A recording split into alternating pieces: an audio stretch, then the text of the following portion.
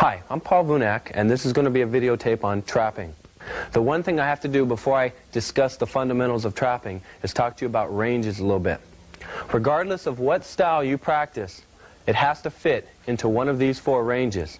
It could be any of the hundreds of Kung Fu arts, karate arts, any art from the Philippines. It's got to fall into four ranges. So anybody fighting from a street fight, from a wrestling match on up, has to fight in either kicking range, boxing range, trapping range, or grappling range. Now, the important thing to know of these four ranges is that one range is a little bit more combative than the rest, and that is trapping range. Now, when I say combative, I'm talking about for a street fight. Now, when I say we're going to be doing Jeet Kune Do, we're going to be doing functional Jeet Kune Do.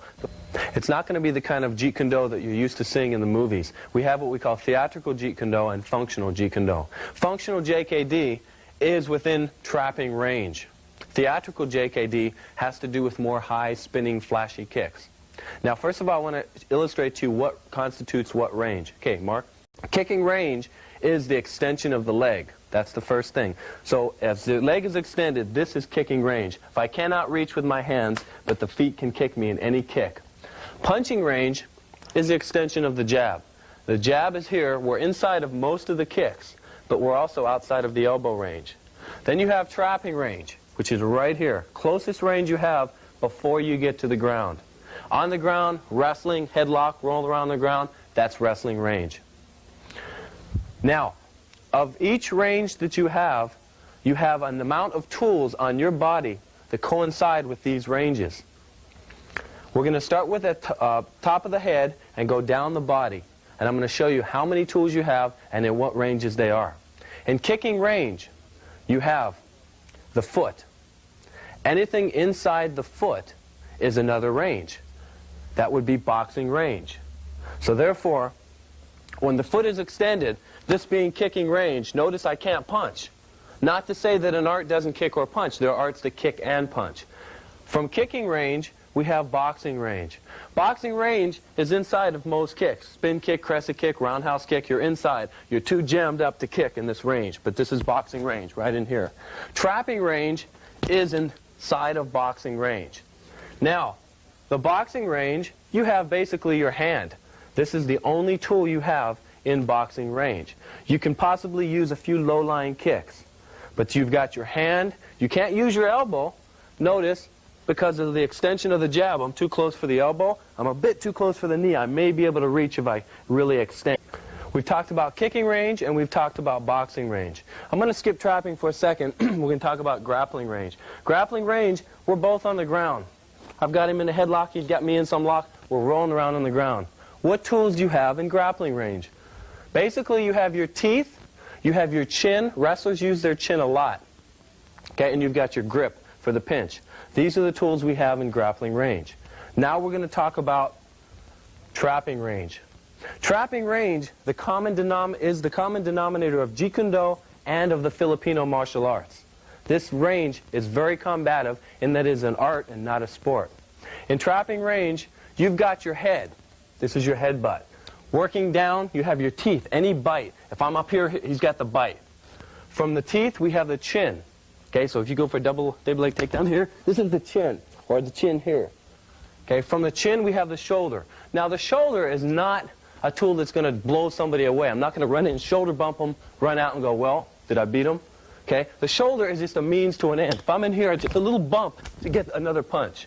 So it's just a little bump. It's not something that's going to blow the guy away, but it's a means to an end. Okay, from the shoulder, we have the elbow. The elbow is the main tool in Kali. This is the main tool. Thai boxing uses elbow a lot, Bando boxing. Okay, elbow, we have the form. You can use the inner form or the outer form. Okay, the inner form can blow smoke. Okay, this is one of the tools. Turn this way. Okay, as you pull here, this is a little bump here. It's called the antecubital fossa, or the inner form. Okay, as I pull the neck here, this is when you send it. As you send it, boom, it comes back with the elbow. So the inner form is a good tool. Working our way down, of course, you have the hand. Hand for any trap. Okay, the hip, once again, the hip is just, if we're in here struggling, just a little bump of the hip to put in a knee, to put in an elbow. Okay, from the hip, we have the butt. If you grab me from behind, you could slam the rear end into the groin, headbutt from behind. From the knee, Trapping, you've got the knee range, then you've got your shin. So each one of these tools are in trapping range. As you can see, trapping is in fighting. Okay? When we're out in long range, this is still the probing range. This is a range we're moving around. We're just probing each other. We're playing the game. Regardless of what we do out here, it's still a game. Even boxing, full contact, is still a game.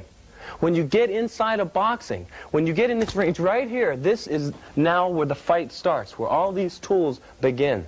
Now the key to JKD, once again, is the interaction of all of the different arts. They have to blend. There has to be a continuity. You have to be a Thai boxer, then you have to be a Savate man. This has to flow back and forth. Then you have to be a Wing Chun man. Then from there you have to be a Kali man. This all has to blend. It's not just a question of grabbing a bunch of arts, sticking them all here and saying, I train of all these. It's not a question of training of all those. They have to blend together.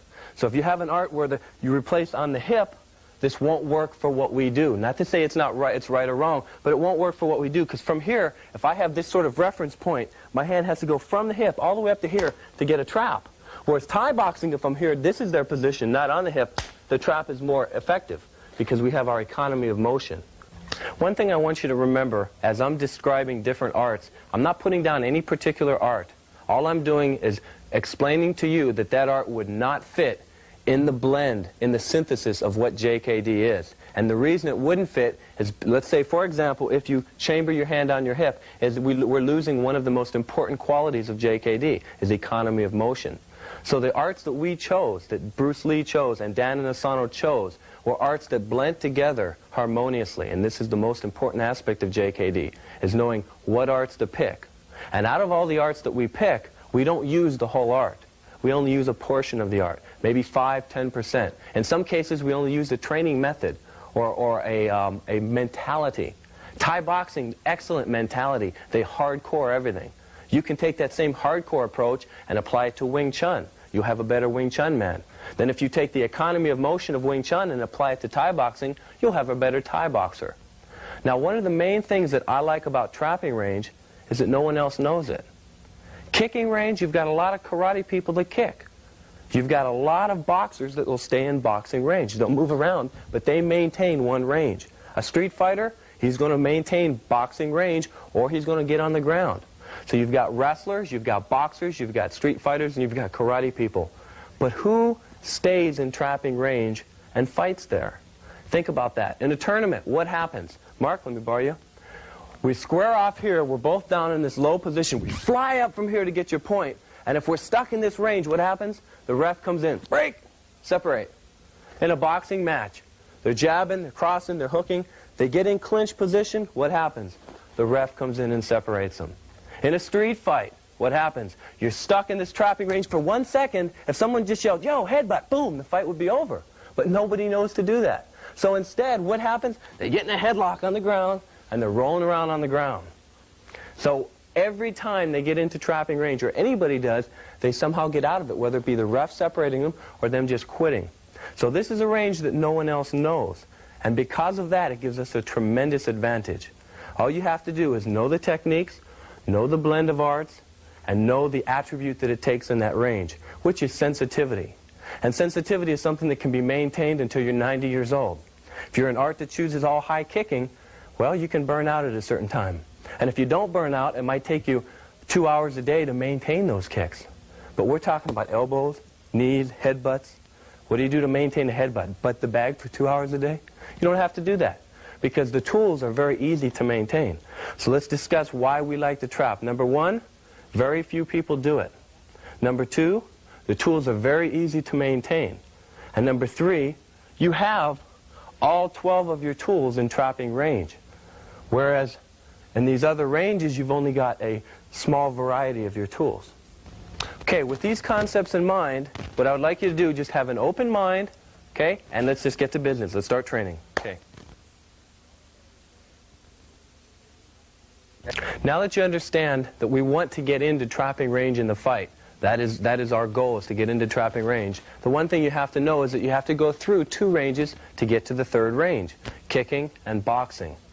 Now, how we get into these ranges, there are 2 main ways. One is a stop hit, or what we call a jeet tech, We pull this from Jeet Kune Do. This is Bruce Lee's major concept. This is actually what Jeet Kune Do stands for, a way of intercepting or stop hitting the hand and foot.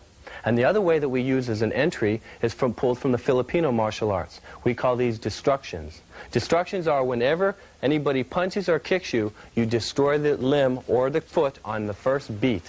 These are destructions. Once we do a destruction, this gets us into trapping range. Then when we're in trapping range, we can do our thing. Now, the one thing I want to address here is exactly how you trap when you're in trapping range. And the how you trap is basically any way you want. The concept is wherever your body feels best, that's probably the best way to do it. Don't worry if your right leg is in front of your left. Don't worry if your hand starts from here or starts from here. Don't worry if the thumb is in or if the thumb is open. We don't want to get you into too many intricate details. I want you to think of any sport. Picture Magic Johnson dribbling the ball down the court going left lead, right lead, right lead, left lead. He could never figure it out. So there is no lead. There is no stance. And that's the way all sports are. If you take a running back that runs with the ball, he has no stance. He's running, he's flowing, he's going with the motion, he's responsive. So in trapping range, we have different arts that we pull from. There's Wing Chun, there's locking, there's Thai boxing, there's Kinamutai, there's Dumog. Each one of these arts has their own concepts. What I'm going to do is I'm going to try to blend all of these concepts with you, but I want you to keep in mind that there is no way. We kick and we box. That's a very important thing. Once you get past those ranges using destructions, depending on what art you pull from is going to dictate what technique you do. And I don't want you to get hung up on where your hands are or where your feet are. For example, if I happen to be in this position, this is a trap I do. I don't even know what lead I was in. If I happen to be here, this is a trap I do. If he punches me and gives me this energy, then I lock, because that's the energy I got. But notice while I'm doing all this, and this, and this, and this, I don't have time to worry where my body is. It just happens to be there. All right, with these concepts in mind, what I want you to do is I'm going to blend 5 or 6 different techniques together. I'm not going to exactly tell you where they're all from. It would take us too much time. One might be from locking, one might be from Filipino art, Panantukan, one might be from Jiu-Jitsu, one might be from Wing Chun. I'm going to blend all these together, and there's going to be that continuity there. And I'm going to do something a little bit against JKD's concepts, and that is I'm going to teach techniques, because we have to start somewhere, and we have to abide by the limitations of a video. Okay, if I were in front of you, we could do it differently. You'd be feeling the energy. All right, Mark, let me borrow you. Okay, we're going to equate this off the front jab. Like I told you before, this is the fastest strike. So this is the one we're going to work with. If you can do this, you can do anything. We're going to start with our horizontal gunting. This is the destruction on the arm, the jab to the eyes, and the back fist. This is the first 3 movements we're going to do in this technique. Now watch again. I'm going to zone out and hit that arm. Jab the eye, back fist the temple. Okay, again. We're going to put these 3 together. This is the first thing we want. Now, when I come in with this entry right to here, I don't know what energy he's going to give me. Some people will raise their front hand. Now, if he raises his front hand, I can go into locking. That's the first art that we can pull from in JKD. Other people will just shoulder roll. If he shoulder rolls here, then I can go into Kali, which is the knee, and into a foot sweep. Other people will block with their rear hand. If he blocks with this hand, then I go into Wing Chun. This is what we call a Pak Sao. Other people will block with their rear hand and cross center line. This is what we call a Lap Sao. Now you say, well, how am I going to remember all these techniques? This is where sensitivity comes in. So what I'm going to do is I'm going to break it down slow for you. But eventually you're not going to have to remember it, because it doesn't have to be perfect. It's just a question of feeling. Okay, let's take these 3. 1, 2, 3. Okay, now what I want you to do is follow along with me. If you don't have a partner, just work in front of the mirror. Okay, he's going to jab. 1. Get this motion first. You have to have the basic footwork. He jabs, you have to have that basic catch. This is the first basic thing from boxing. As you catch the arm, you hit it. You're going to hit it with this knuckle. As you hit it, you jab the eye. This has to be one motion. 1, 2, 3. So slowly, you go 1, 2, 3. Now at this point, this has been your entry. You don't exactly know what's going to happen here. Anything he does, you have to do something. Do anything. Okay, so I had to flow from here. He went with an overhand. I went around and to come to here. This is Kali. Okay, so from when I get to this position here, we can go Wing Chun. Now this is what I want you to do now. We're going to do this one. He jabs. 1, 2, 3. He's going to block here, which is a very common energy you get. Trap it. Notice how I have the forward pressure. I'm cupping the hand. I don't have my thumb around grabbing. Okay, let's go slow again. This is our entry. 1, 2, 3. Trap the first hand. Okay, once again, he jabs. I hit it, come in with an eye jab, backhand, and trap. Okay, normal speed. This is my entry. Okay, this is my entry. Now I'm inside. I can start the fight. All right, let's pick up where we left off. We're going to build on this. We have the jab, 1. We have the eye jab, and we have the backhand. Now, the energy that we gave him was holding center line, and we had to go to Wing Chun. What I'm going to do now is I'm going to change his energy. Because remember, everyone acts a little bit differently when they get their arm hit and their eyes jabbed. Just depends how they react. This reaction, he's going to give me front hand energy. So he jabs, I go to here, but I get this energy. Now, right from here, all I'm going to do is fire this cross right at the face. We always train on the shoulder. Now again, he jabs. 1, 2, 3, 4. I come with a rear hand. Once again, gives me this energy. Okay? Now, follow my body mechanics. All I'm doing, think about if I just did a straight rear cross. Stay there. If I'm just going to punch with a rear cross, these are the mechanics I would use. Arms bent, hands up. That's the same mechanics I use for this. He jabs. I get this energy. Boom. Right here. This is the cross. It would go here. We train here. Now, the shot we're really wanting to build on is this knee right here to the thigh. This is the shot they don't see. Once again, I went from boxing back to Kali. So we've gone in and out of arts. So as soon as he jabs, I get this to here, boom, and I come with this. The minute I come with this, this is the knee. Now I go to Wing Chun, and I get an inside foot sweep. Okay, once again, when Mark jabs, I get these 3 to here. As soon as I come with the cross, this is a shot. We train on the shoulder. We hit the thigh. We come back with a foot sweep. Okay, let's do it again real slow. The punch comes in. I angle out 1, 2, 3. Come with the rear hand. 4, 5, 6. All right, now the concept I want you to keep in mind is we're in trapping range. When you're in that range, you're firing at him 1,000 strikes a second. You just want to go as fast as you can, like a bunch of BBs. Think of it like that. Not one cannonball that if you miss, you're lost. So when he punches, if I miss with this hand here, I can still go to this shot. So the concept is, regardless of what I'm doing, 1 or 2 may miss. I'm just flowing. This is a Jekshin Choi from Wing Chun. If I get some kind of energy, I lopsaw. I get this energy, I can lopsaw again, I can knee, I can elbow. The concept is you flow, regardless of where you're at. It's all predicated on his energy. And his energy is all predicated on the timing to get in to touch him. So we're moving around in this range. He jabs, and this is when I enter. Now his energy was center line, I went Wing Chun. From this position here, I can foot sweep because of where I'm at. That's jiu-jitsu. Once again, flowing from art to art. All right, now the destruction that we took was off the jab. He jabbed, and I took a horizontal destruction. Like I said, I'm going to pick these out of the air. There's no real blend to this. I just want you to get the idea of what we're doing. Now we're going to take a kick. Give me a side kick, Mark. Okay, so he gives me a kick. That's my destruction. Now, I don't destroy the leg, back off and go, well, did I beat him? Okay, the concept is to go in again. Remember, a destruction is an entry. It's nothing else but an entry. So when he kicks me, the minute I get this boom, that's when I come in. That's when I go to here and just move in. That's when I feel. I don't know what art I'm going to go into. When I get this shot right here, depending on how he reacts to it, chances are going to fire straight ahead. In emptiness, you punch in a straight line. He gives me an obstruction here, I might go to locking. I might go to Wing Chun. I might go to just an arm wrench and break the arm. I might go from high back down low, back down high again. Okay, so it doesn't matter where I'm going. Concept is I have to feel his energy. Right, now what we're going to do is we're going to do a destruction off the jab. Instead of a horizontal gunting, we're going to do a vertical gunting with the elbow. Remember, this is destroying the punch on contact. Okay, so as soon as he jabs, we just take it right away. Okay, again, this is a shot. Now, as I hit this fist, my continuation of energy goes straight into the face. So I'm getting 2 shots for 1. As soon as he punches, I'm just taking this right into the face. If I get the eyes, great. If I don't get it, he's got 1 hand left to block.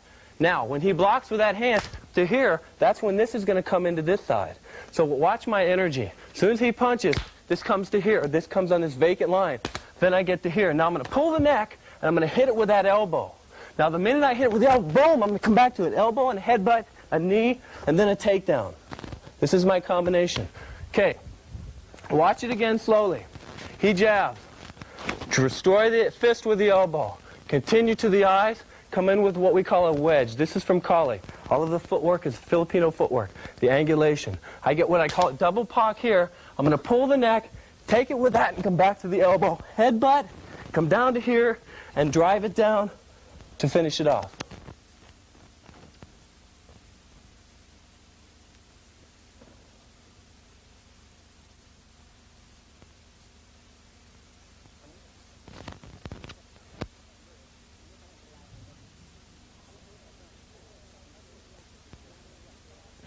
Now what I'd like to do, we showed a little kickboxing, and we showed a little bit of trapping, and we showed the entry of how to get into it. What I'd like to do is just move around a little bit. I'm going to start from kickboxing range. We're just going to basically spar. What I'm going to do is when I find the time to go in, this isn't rehearsal, I'm just going to go when I go. I don't know exactly what I'm going to do, but when I get inside, then I'm going to go into the kick into the Wing Chun, the straight blast, and whatever I can do from that point. Okay, so the concept is I'm entering from long range into trapping. So that's what I'm wanting you to get a feel of, is the timing of when to enter. Okay, put on a helmet.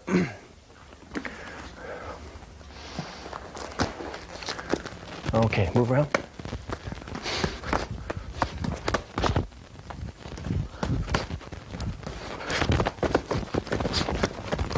Okay, keep your left hand lower.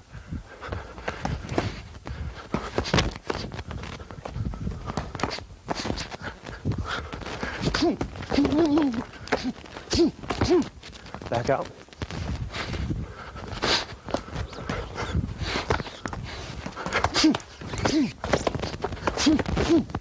The next instruction we're going to do is if you're really pulled back. For example, if Mark feints across, and I happen to be here, and then the jab comes, this is when we come in.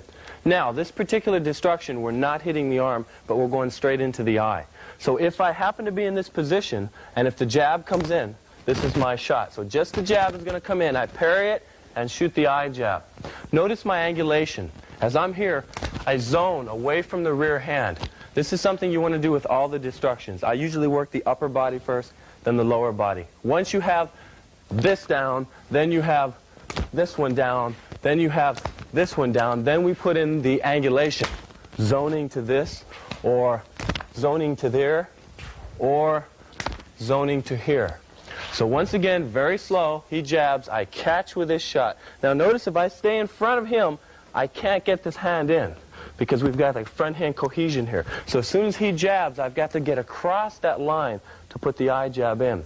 This is not two motions. Doesn't go 1, 2. You're going to lose it. From the moving positions, has to be one motion. Okay, to go through the 3 destructions we have, if I start at this position here, he jabs, it's a horizontal gunting. The second one, I happen to be a little bit lower, a vertical gunting coming up. The third one, I'm rolled to this position, and this is the eye jab. So depending on where your hand is. Now what we're going to do is Mark's just going to move around, and I'm just going to put them in arbitrarily. So I'm moving around.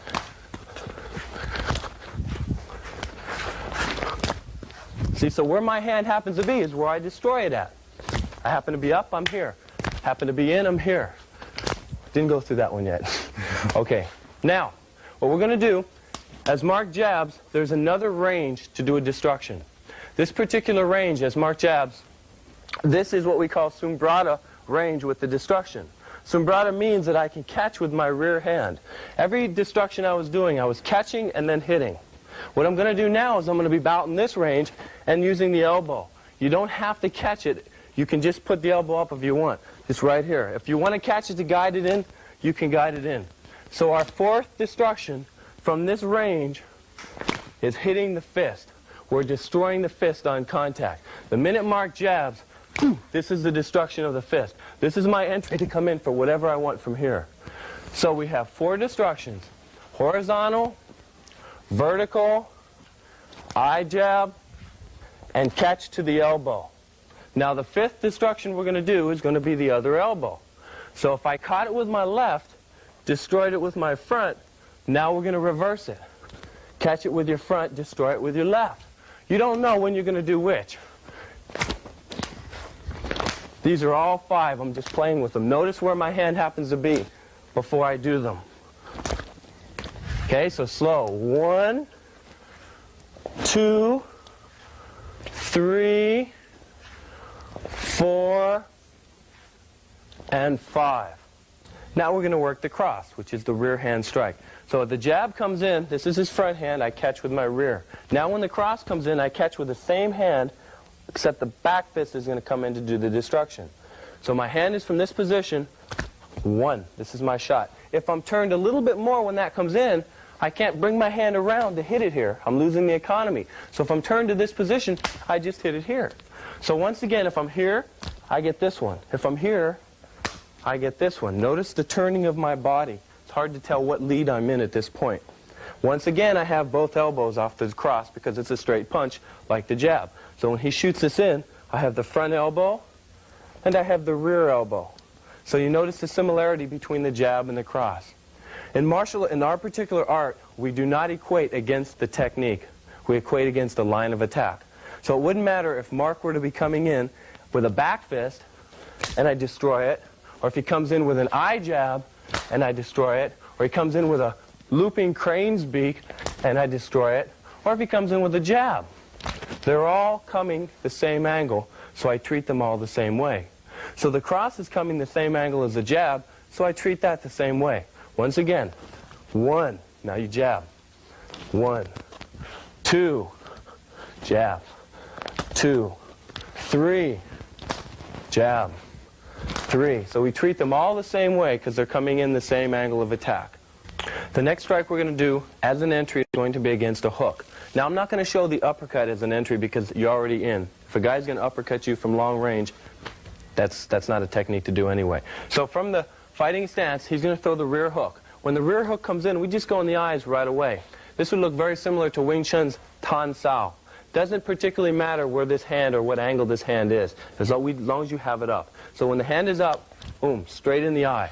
Now if you see it really winding up from that position, boom, you can just jab right away. This is what we call the stop hit. Keep in mind, these are not techniques. These are just entries. This is very important. I'm not going to go 1 and back off and hope I beat him. Okay? This is the entry. This is just for me, boom, to get into this range. When I get into this range, this is where everything flies. So as I get into the entry range, that's when I can put in my elbows, my knees, my headbutt, my trapping, all the techniques that are going to take a guy out quickly. Okay, so once again, hands are up, boom. If the front hand comes, boom. So if your hands are here, you don't have to move much. I could be looking the other direction, and as long as I'm still safe, as long as my hands are up. Once again, jab the eye right away, both hands. Okay? If the hand really winds up from that position, boom, just go straight in. You don't have to wait for that hand to come and then block it. So this is our entry, a hit on first contact. Now we're going to do destructions against kicks. Once again, keep in mind this is an entry. This is not the technique. And once again, always keep in mind that we're attacking the angle. Okay? We're not attacking the weapon. Okay, we're going to start with a side kick, which is the same as a front kick. Could be the same as a spinning side, because they all come in the same angle of attack. Okay, as a side kick comes in, you have 3 basic levels: low, middle, or high. Okay, we'll start off with low. As Mark comes in low, I'm just going to pick up my knee, because when I put my knee down, that's when my punch is there. Okay, so as soon as he comes in, just pick up the knee. That usually gives you a good entry. Okay, very simple technique. Just pick up the knee right here. We borrowed this from Thai boxing. If it comes middle, the hands are up, the front elbow comes in. As long as the hands are up, remember, this is the most important thing. This is your shot. Attacking that muscle, descending with your elbow straight down. If it kicks a little bit higher as he comes in, you come in with a knee. Very important on this kick is that you step back with your rear leg. So as he comes in, this is where the knee comes in. Slow again. When the knee is up, I could extend it.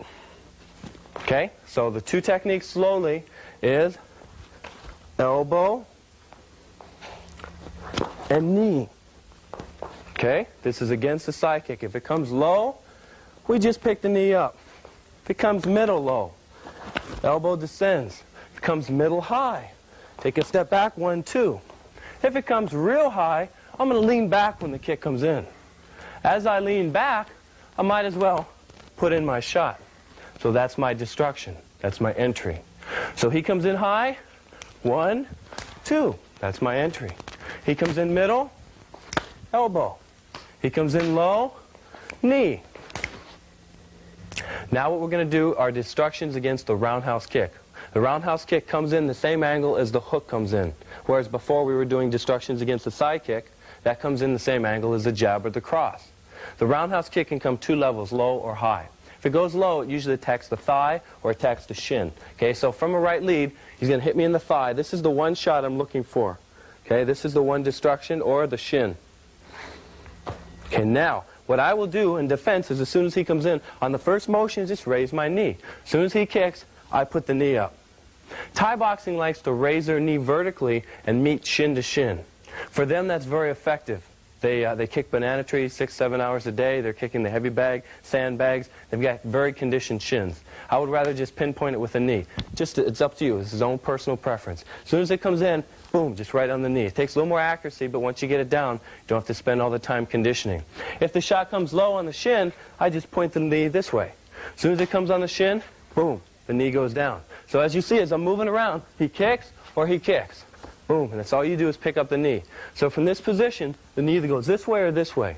That's all the motion I'm using. I don't want to go down and block it. If I do that, here, that's leaving the high line open. He could fake low and go high, or he could kick low and punch high. This is leaving the face open. So what we like to do is just move around from here. He kicks, boom, just pick up the knee. It's much easier. Now we're going to do roundhouse kicks on the high line. The high line is not as effective because a person's got their hands up, they can use them. The low line is a much more effective kick. Now we're going to show the roundhouse kicks coming to the face, and I'm going to show you the destructions that we use. I'm going to face the camera. As the kick comes in, if we have our hands in this position, you catch with this hand. As you catch or parry with this hand, this elbow comes up. It rakes upward across the inner part of the shin. There's a bone that comes down the shin. The shin is much more powerful here.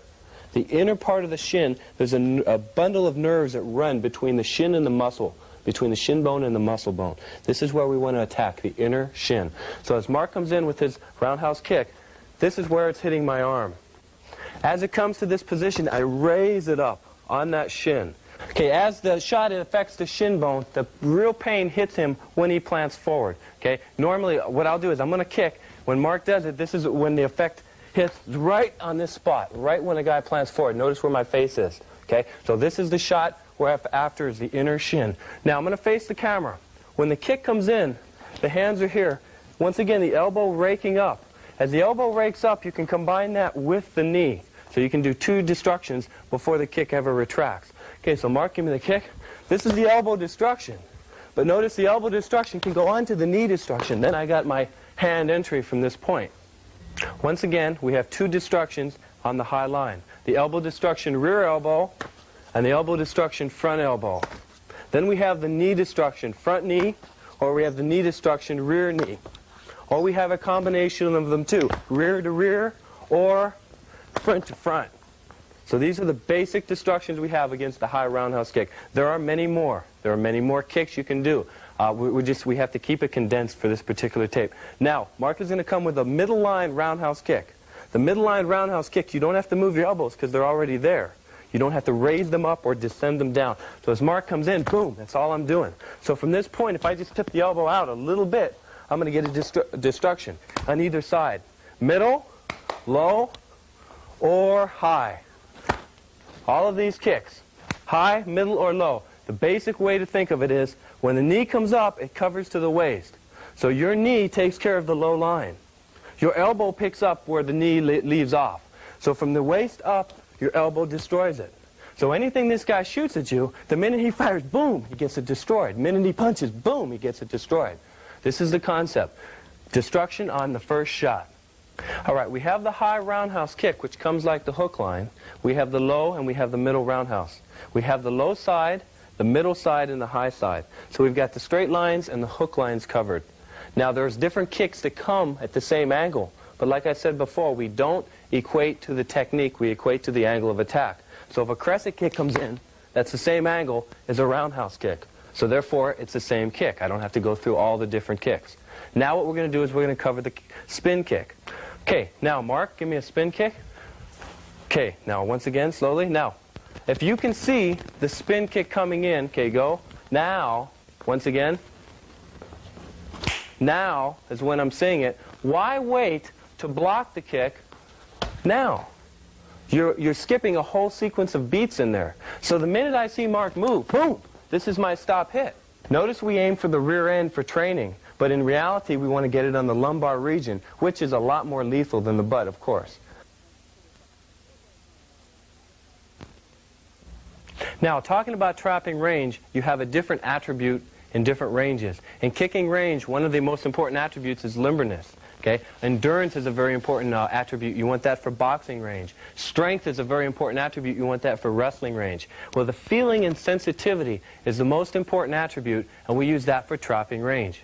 We like that because you can do that until you're 90. Attribute of sensitivity is one that you can hold on to. It's like riding a bicycle. You can do it till you're 90. Now, chi sao is one way that we get the feeling and get sensitivity. The problem with chi sao is showing it in a videotape is impossible. It's a complete feeling.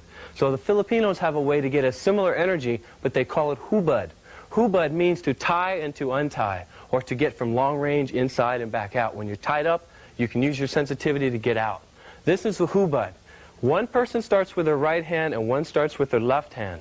Doesn't have to be this way, but this is a very easy way to start you off. You take your rear hand and you raise it up, you slap, and you hit down. Now let's start that again. Take it from the first position, right here. I am inside. I raise up my right hand, turn it, slap, pulled out, I'm exaggerating this, and hit down. Now he will do the same thing. He raises, slaps, and hits. So if you say to yourself, raise, slap, hit, you'll get this concept. Raise, slap, hit. And then eventually, from this position, this is a drill that we're going to work our way up in speed until you can do anything out of this drill. Okay, so let's try it one more time. You raise, you slap, and you hit. Raise, slap, hit.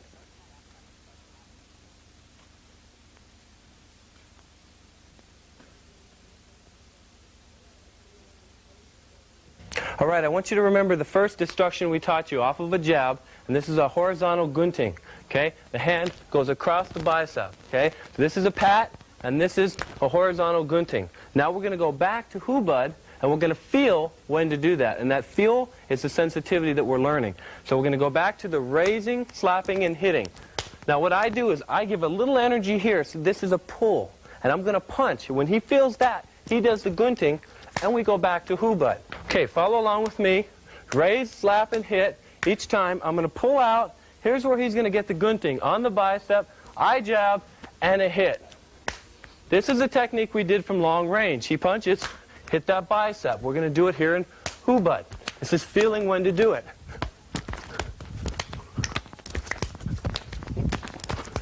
This is the concept. You're feeling the sensitivity of when to do that particular technique. All right, now the other destruction that we taught was a fist with the elbow. So as Mark punches, this is where the elbow destroys the fist. Keep that in mind. You catch with the rear, guide it onto the elbow. This is your hit. As you hit here, you're going to continue this in the face. We can do this one out of hubad also. We're training with the hubad. Now I feed a different energy. He's going to feel when to do this because I pull back a little bit further.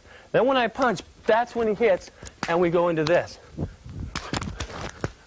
Whereas on this one, the horizontal, my energy is a little bit different.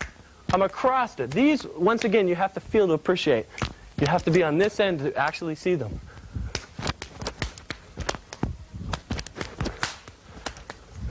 So how he is learning sensitivity is he's feeling when I give this energy or when I give this energy. When I'm giving this energy, this is a horizontal gunting. When I'm giving this energy, this is a vertical gunting. Now, the concept being, you have to be actually here with us, feeling the energy. Now, what I'd like you to remember is you can do any technique you've ever been taught out of this hubad. Okay? This is the important thing. What I'm going to do is I'm just going to freelance a little bit, and I just want you to watch. These aren't techniques that you're going to remember, but just things that you can just see. So any kick you can do out of hubad. This is a pocket lock, which is from Wing Chun. Any arm lock, any lock at all, in fact, you can do on either hand, either side. As I'm talking, I really don't know what I'm going to do. It's all predicated on his energy. His energy is what makes me do what I'm going to do.